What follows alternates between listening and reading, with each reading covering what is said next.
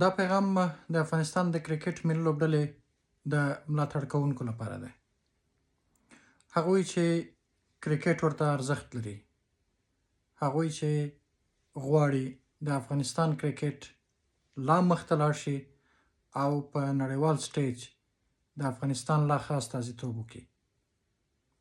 ګران دوستانو، په انګلستان کې یو ستر لاریون جوړیږي او دا لاریون د افغانستان د کرکټ ملي لوبډلې په ملاتړ جوړیږي او د هغو کړیو په ضد جوړیږي چې هغوی غواړي د افغانستان دغه ملي ارزښت زیانمن کړي. نو راځئ په ګډه سره په دغه لاریون کې ګډون وکړو او د دغه لاریون له لارې نړۍ ته، د کرکټ نړیوالې شورا ته، د انګلستان کرکټ بورډ ته او نورو ټولو هغو ادارو ته چې ورزش ورپورې تړلی دی، هغوی ته خپل پیغام ورسوو چې موږ افغانان سوله ییز خلک یو او په سوله ییز ډول غواړو چې د نړۍ سره سیال شو. موږ غواړو کرکټ وکړو او موږ په کرکټ کې ښې لاسته راوړنې لرو.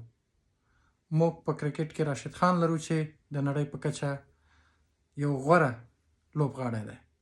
موږ نبي ساخیلو، موږ مجیب، ګربز، فاروقي او عظمت په شان لوبغاړي لرو چې د دنیا ټول لیګونه په دوی باندې ښایسته دي.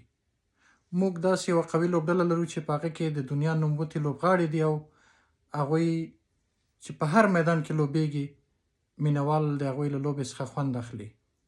نو د نړۍ کرکټ د افغانستان له کرکټ پرته بدرنګه دی، کمرنګه دی او په هیڅ صورت پوره نه دی.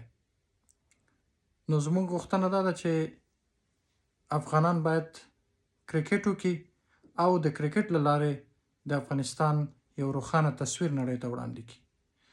نو په تاسو ټولو باندې غږ کوم چې په دغه لاریون کې ګډون وکړئ، راشئ او له دې لارې سره په ګډه د کرکټ د ژغورنې لپاره خپل هغه کوښښ او زیار وباسو او دغه ملي وجیبه په ګډه سره ادا کړو. او تمه مې دا ده چې دغه غونډه او دغه لاریون په ښه توګه او په بریالۍ توګه ترسره شي او د غونډې په پای کې چې کوم پرېکړه لیک وړاندې کیږي هغه هم اړوندو ادارو ته ورسیږي.